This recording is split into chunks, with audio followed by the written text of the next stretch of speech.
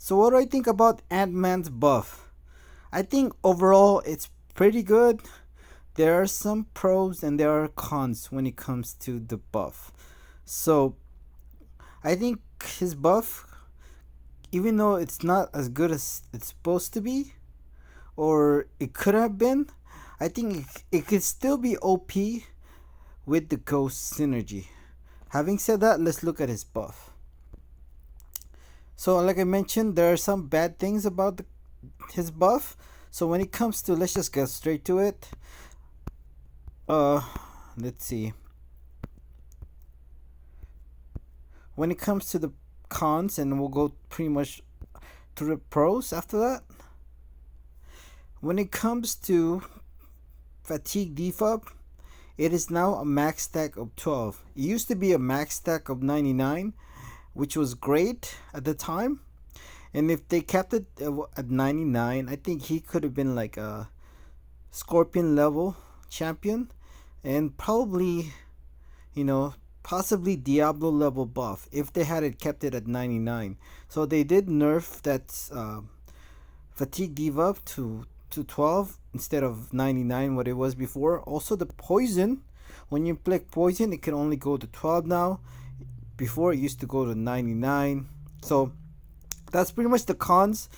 So in longer fights he's definitely weaker, but in short to medium fights he's definitely going to be stronger and he has more utility. So let's look at all the pros when it comes to Ant-Man. So we can look at his attributes. Survivability 2.5, which is not great. And damage is 3.5. Like I mentioned, with the Ghost synergy, I think this is definitely going to be higher, assuming that they still have the Ghost synergy after his buff, because he can inflict a lot of debuffs on the opponent. Ease of use is 4 out of 5, which is good to see. Not the easiest champion to use, but 4 out of 5, I think he's going to be a fairly easy champion to use, I'm assuming. But I don't necessarily agree with that, because you do have to intersect encounter with heavy attack from now to refresh his, like, I believe, fragility debuff. So I don't know exactly agree with 4 out of 5, but let's just go with it. Utility is only a 2.5, which is surprising. I thought his utility is more better now than it was before. Defender strength is a 3 out of 5, so he's going to be like somewhat average when it comes to defender strength. So let's look at his strength. Power gain counter effects. Punishes opponent's power gain with power stings or negates it altogether with petrify. Unsteady. Unsteady debuffs keep Ant-Man tanky despite his small stature. They're also good at countering slippery champions with Falter and Phase. So weakness, power control champions, purified champions, mostly skills. When it comes to Falter and Phase, so when he has the unsteady debuff, he cannot miss, or he cannot miss. When he cannot miss as well as Falter, he cannot miss as well, which we'll go a little bit later.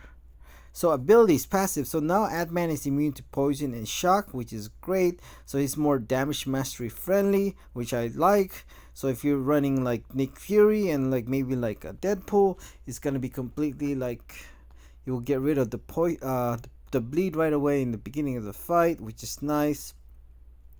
And it's not necessarily to have Deadpool now in your team compared to what it was before. I would say, you can have 3 points in like Coagulate, and it's gonna pretty much negate most of it, the damage from bleed when you in the beginning of the fight. Pin particle max 9. So this is what makes him really good when it comes to his utility and his damage. Ant-Man is immune to buffs. Actually, that's not correct. It basically means that Ant-Man cannot gain buffs, which is good for some nodes. I prefer champions to gain buffs, but there is some pros when it comes to champions that don't gain buffs. They can be useful for a lot of nodes, and that could be great for Ant-Man. Whenever he would, he instead generates 1 pin particle. I don't know if that makes sense when you say that, but okay. So basically, if you gain a buff, he'll gain one pimp particle. So like a Dex, I'm assuming that's a buff, and you gain one pimp particle. Whenever Ant-Man's basic attack intercepts the opponent or strikes them when recovering from a heavy, he consumes one pimp particle to refresh any personal fatigue, poison, and power sting debuffs on the opponent. So that's really nice. I mean, it does make his playstyle a little bit harder because you have to what is that, intercept, or what is that, counter with a heavy. That's why I don't exactly agree with his 4 out of 5 damage. So these are the key to your damage. Get a nice stack of them ready, convert some into power stings and or poison, then use the rest to keep the debuffs active with intercept and by punishing opponents' heavy attacks. Power stings. If Ant-Man has 3 or more pimp particles, landing a heavy attack or being knocked down by a special attack, consume 3 pimp particles to inflict 1 power sting debuff on the opponent lasting 9 seconds. An opponent with power sting takes 2369 direct damage if they activate a special attack. Keep in mind, when they do the champion spotlight, it's always going to be a rank 5 5-star. Whenever Ant-Man's personal power sting detonate, they always deal a burst of 355.35 physical damage for each debuff on the opponent, including the power sting. So this is really good, and it could be modified when it comes to the physical damage. I don't think the direct damage is going to change, but when it comes to the physical burst damage, I think that's gonna modify, because you can see, like I mentioned, with the ghost synergy, he's gonna increase his attack a lot, assuming it's still in the game. Make sure your opponent has a healthy dose of debuffs on them before triggering Power Sting for maximum pain. Special attack. Whenever Ant-Man activates the special attack, the opponent is inflicted with a non-stacking unsteady debuff lasting 15 seconds, giving their attacks a 100% chance to glance. Unsteady cannot be activated if the opponent is already under the effect of an unsteady debuff. So this is great. Only the bad thing is it does go on cooldown after, and then it'll go on cooldown for 15 seconds. So all attacks. While under the effect of personal unsteady buffs, Ant-Man cannot miss his opponent. So that's really good. You know, that's another utility he has that he didn't have before. Phase and falter can be annoying, and Ant-Man thinks so too. Not only is the unsteady debuff Ant-Man's greatest defensive mechanism, it can be a opponent counter offensive tool. Depth note. Special 1, Pimp Punch. On activation, gain 3 Pimp Particles, and Ant-Man has 9 Pimp Particles. This special attack is unblockable. So this is pretty much how he gains his Pimp Particle for most of it. So you need to be throwing SP1, I believe. Each hit inflicts a fatigue debuff, lowering the opponent critical rating by 110.53 for 15 seconds, max stack 12. So I believe there's 4 hits on his special one. I could be wrong. So basically you can throw up to what? 3 special ones to maximize when it comes to agility for fatigue debuff, and you will gain if you do just throw in like 3 special ones. So basically you'll get that 9 pimp particles. Then when you do, you can throw in the special 2. That's when you want to throw a special 2. This is pretty much like Juggernaut, but I think it's just a little bit more harder to accomplish, because you have to throw 3 special ones. So special 2, when you throw your special 2, each pin particle grants Ant-Man 592.25 attack rating for the duration of this attack, consuming all pin particles at the end of the special attack. So this is just about I'm not quite sure. What was that? 46, about 225% of his base attack, I'm assuming, something like that. My math is correct. Nope, not nope, 23. So about 233%, I'm assuming, if my math is correct. So that's actually pretty good when it comes to SP2. But the thing is, you do want to have 9 pin particles if you want to get the maximum of that SP2. And it's like you have to throw pretty much 3 special attack ones, which is kind of annoying, I think, about his playstyle. Then you throw in the SP2, which is probably going to be better in longer fights, but not so much in shorter fights to maximize his damage. But the good thing is you can refresh them, which is good. Stacking fatigues with special 1 and keeping them up with intercept will grant you a rewarding special 2, inflicting up to 12 spicy poison debuffs. Don't forget to keep them refreshed, so you can refresh them. Special 3, Anti Knock out. Inflict a Petrify debuff, reducing the potency of power gain and regeneration effects by 10% for 20 seconds. The potency of this Petrify increased by 10% for each debuff active on the opponent. So that's a good utility. Has I'm not really like somewhat the best counter for those champions that you want to reduce their power gain, but it's also good utility if he needs it though.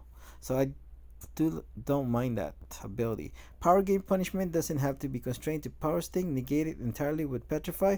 Make sure you have plenty of debuffs applied for maximum potency. That's really good. So power gain punishment doesn't have to be constrained to power sting. You could negate entirely with petrify. Make sure you have plenty of debuffs. So you definitely want to have plenty of debuffs. Signature ability. I do think that he benefits a lot from his signature ability. So you do want him to be at max sig, preferably. Whenever Ant-Man glances an attack, he has a 50% chance to inflict a fatigue debuff, lowering the opponent's crit rating by 2139.54 for 10 seconds. Whenever Ant-Man gains a pin particle, he pauses the duration of any personal fatigue, poison, or power sting debuffs on the opponent for 4 seconds. So that's really good. That's gonna make it a little bit easier to maintain those debuffs. So you do want to have them like awaken, preferably at max sig. Keeping your debuffs up becomes far easier with Ant-Man's signature ability. On defense, glancing hits will lead to slugging 5 for attacker as a fatigue build debuff. So it doesn't have much new synergies. It pretty much is like original ones. The only new ones it looks like is from Falcon. This I believe is Red Falcon, not Sam Wilson. So with Falcon, Ant-Man, each hit of a special one has a 100% chance to inflict an opponent with a fragility debuff, reducing block proficiency by 50% and increasing Ant-Man's critical damage rating by 235. So that's really good. Synergy with I believe this is Red Falcon. Falcon increased the duration of lockdown by a flat 2 seconds. So like I mentioned, he still should have his synergies with like other champions, which will make him really good. So you want to have Despair as for mastery, so because he's able to heal block opponents. The Petrify Mastery further complements Ant-Man passive power gain and regeneration counters that are already abundant in his kit. So you can have Petrify Mastery as well, which is helpful. And he's more damage mastery friendly now, so you can run Liquid Courage. So let's look at Aunt May to see. So this is his synergies. As you know, with Falcon, it's pretty much nerfed now because you cannot get to 99 stack, but I think this thing is still there. I'm not sure if it's gonna stay exactly the way it is though, but so he does have I don't know if this is going to stay, but it does have a new synergy with Ant-Man when it comes to Falcon. So this has some pretty good synergy with Psycho Man. He's able to stagger debuffs, which is a good utility to have. But Psycho Man is not a good champion. That's the biggest downfall. But I do expect him to be pretty good. And I mentioned this synergy right here, Ant-Man plus 15% attack for each debuff on the opponent. That could be super OP, assuming that's still going to be in the game, because he can stack so much debuff so much easier now. Hopefully that stays in the game and he'll be OP for sure when it comes to damage if this synergy stays in the game. So what do you guys think of Ant-Man's buff? I think it's a good solid buff. If they kept it the way it was with 99 fatigue debuff, he would have been like without a doubt best buff of 2022, because he's pretty much like has that Horseman Storm damage beyond par. Not only that, he just has better utility. So that's it. Thank you.